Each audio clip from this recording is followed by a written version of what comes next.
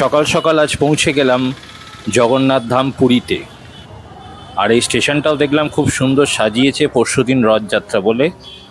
আর আমার খিদে পাওয়াতে সামনেই একটা দোকান আছে, দোকানটা খুবই পরিচিত।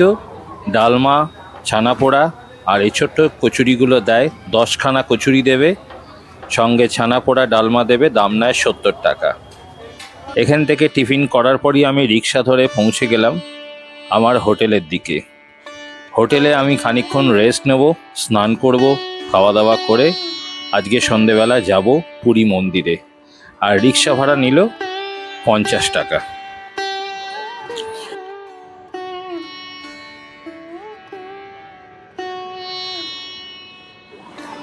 সন্ধেবেলা পৌঁছে গেলাম পুরী জগন্নাথ ধাম মন্দিরের সামনেই এই বড় একটি খাজার দোকান।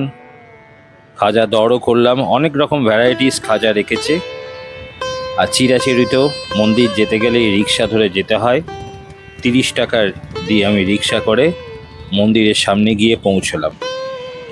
মন্দিরের সামনে গিয়ে দেখলাম অনেকটাই ফাঁকা, কারণ দর্শন তো আর হচ্ছে না, দর্শন হবে পরশুদিন থেকে। কিন্তু অনেক দোকান স্টলগুলো চালু হয়ে গেছে আজ থেকেই, তারাও এই অনুষ্ঠানের জন্য অপেক্ষা করে আছে। আর রথ দর্শন করলাম, প্রায় শেষের দিকে কাজ। কালকে যেটুখানি সময় বাকি পড়ে রয়েছে, বাকি অংশটুখানি কাপড়ের কাজটা হয়ে যাবে। প্রচুর জলের বন্দোবস্ত, ফায়ার ব্রিগেডের বন্দোবস্ত, সমস্ত কিছুই রয়েছে। এইটা পুরী মন্দিরের অফিস, তার সামনেই রথ 3খানা দাঁড় করানো। ये रथ में कौन जाएगा? ये वाला में जगन्नाथ। ये जगन्नाथ देव।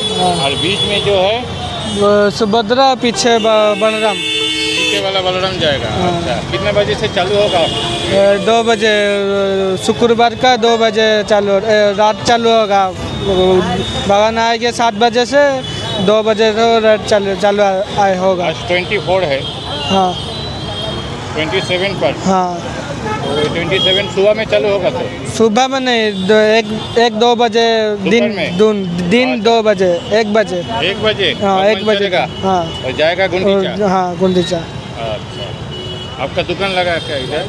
हाँ हम उधर लगा के, आप जब इधर जतरा होगा हाँ, हम दूर से लगाएंगे दुकान। क्या दुकान? किसका? यही खाजा दुकान। खाजा का दुकान। রথের দিন বিভিন্ন রাজ্য থেকে ভক্তরা আসবেন শ্রী জগন্নাথ মহাপ্রভুকে দর্শন করার জন্য। কথায় আছে এই রথের দড়িতে হাত দিলেই নাকি তার পাপ সমস্ত কিছু ধুয়ে মুছে চলে যায়। আর একবার যদি এই রথে মাথা ঠেকাতে পারে, তার সারা জীবনের যত বিপদ আপদ যা আসবে তা সব কেটে যাবে।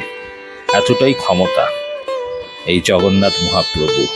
আর এই চাকা আমরা দেখতে পাচ্ছি বহুদিন ধরে এই কাঠের কাজ তৈরি করে এই রথ তৈরি হয়, খুব সুন্দর রং করা। রথের দিন দুপুর 3টে থেকে শুরু হবে মাসির বাড়ি যাওয়ার জন্য, গুন্ডিচা মাসির বাড়ি। প্রথমেই যাবেন বলরাম দেব, তারপর সুভদ্রা, আর পেছনে যাবেন শ্রী জগন্নাথ মহাপ্রভু। কত সুন্দর করে কাজ করা কাঠের এই রথের মধ্যে।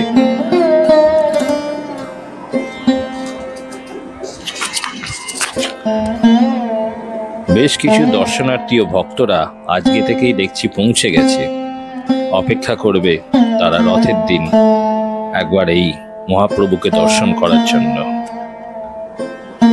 অধিকাংশই মানুষ কালকে রাত্রিবেলা ঢুকে যাবে শুনলাম। প্রত্যেকটা রাস্তার পুরীর ট্রাফিক বন্ধ হয়ে যায়। এই একদিনের জন্য পুরী অঞ্চলে কোনো রকম রিক্সা, 4 চাকার গাড়ি, বাইক কিচ্ছু চলাচল করতে পারবে না, এতটাই মানুষের ভিড় হয়।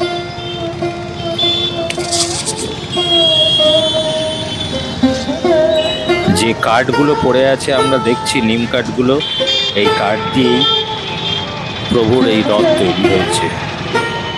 আর এই মন্দিরের সামনে এত সুন্দর করে আলপনা, অনেক দিন ধরে প্রস্তুতি নিয়েছে এই কাজ করার জন্য। দর্শন হচ্ছে না এই মুহূর্তে, তাই বাইরে সবাই দাঁড়িয়ে আছে, ছবি তোলায় ব্যস্ত। আমিও আমার মতন সুযোগ পেয়ে ছবি তোলা শুরু করলাম আমার দর্শকদের দেখাবো বলে। খুবই ভালো লাগলো।